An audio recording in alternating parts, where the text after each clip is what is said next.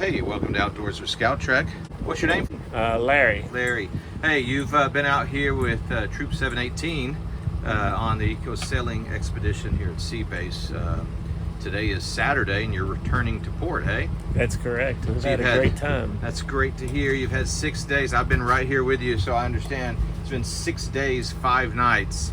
So one of the things I wanted to ask you, I wanted to talk about adult leaders that might be seasoned, shall we say, adult leaders that are perhaps over 60 that might be considering going on a high adventure expedition like this one and might be a little cautious about doing that for whatever reason. Obviously, as you get older, our bodies don't work quite as well as they used to. And I'd like you to speak to encouraging these leaders that might want to go on, but might be a little apprehensive. Then obviously we'll talk about some true concerns that need to at least be evaluated before committing. Okay, well, first of all, let me give you a bit of my background. I'm a longtime scouter, and this is actually my 4th high adventure. 2 in what was Charles L. Summers, or Region 10. It's now called Northern Tiers. A 3rd one in Maine, what was Matagamon, and then this is my 4th. So I have a little bit of experience with high adventure. You certainly have the credentials, sounds like.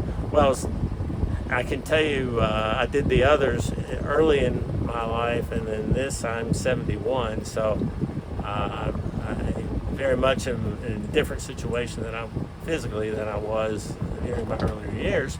But I've had a good time here. I think it's important to know what your physical abilities are before you attempt one of these. Certainly this probably, as far as physical requirements, is perhaps easier than Philmont or doing Region 10 Northern Tiers. It's of course, you have to be a good swimmer, you have to enjoy the water, you have to be willing to spend some time in it. But I think I would encourage you, if you are in good physical condition, to do a high adventure base here at Sea Base. Of all the ones, I think this is the most suited for someone who is over 60. So you had mentioned about, obviously going on a Sea Base expedition. It is a requirement that every youth and adult leader pass the swim test. But there are different levels, even though you've passed the swim test. So, I'm thinking about a few days ago, the waters were a little choppy. We got off to snorkel, and you got in, and even though technically you could have stayed in the water, there is some kind of self-regulation that goes on. You made a decision to not venture out that day any further. Yeah, you have to take into consideration what your real abilities are. The boys were younger than I am and could spend more time and could go further distance. As you get older, I guess you get a little more conservative about what you choose to do. So you have to self-monitor to do what's best for you. Sure.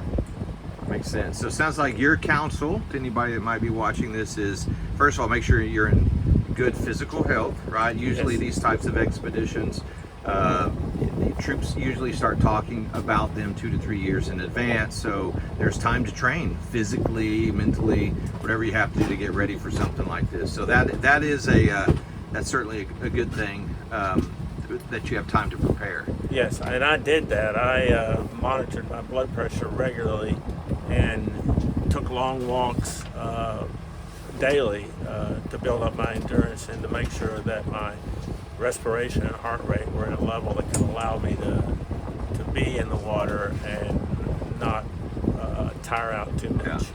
Sounds good. So let's just say we've got a situation, adult leader, 65, 70, they've been training, they've taken good care of themselves. They're a good swimmer. They're a good swimmer. And of course, like we said, you could pass the swim test, which, you can be on this boat. You don't have to get in the water every time. You could stay if you're like, if you've like gone out for 2 snorkels and you're like, I'm gonna stay back the third one to kind of invest in tomorrow's activity, so I'm in a better spot, that's certainly an option. So, but let's say you've got somebody who is ready. They're ready to go, but maybe they're just a little apprehensive about it. Because it is, you know, it is high adventure. Any final words for that, maybe that leader who really wants to do it, they've prepared for it, but maybe a little apprehensive about it? What does this experience bring to somebody? Well, just being out on the water and being with the group is important. We got to sail, which is a lot of fun, and so we had some members of our group that were not completely physically able, and we knew in advance, had they been able to come on the boat, they could have still sailed and still could have gotten into the water. Yeah. The important thing is to self-regulate. Be realistic about what you can do, and don't be afraid to try, but know what your parameters are before you get in the water. Yeah, and I think coming out, you have the dynamics of, you're somebody that's been involved in scouting for a long time. Obviously, the boat, as it's going between destinations, you know, there's lots of opportunities to fellowship with the scouts, and having somebody who's been around scouting as long as you have, it creates more so maybe in this environment, because back home when you're running, you know, those weekly troop meetings and stuff, you don't always have that downtime. So just this environment, this scenario creates an opportunity for you to share things with others, you know, the younger scouts and younger adult leaders that you might not have otherwise had. Absolutely. Yeah. That's very true. All right. Well, thanks for joining us here on Outdoors with Scout Trick. Larry, appreciate it. You're welcome. Thank you. Thank you.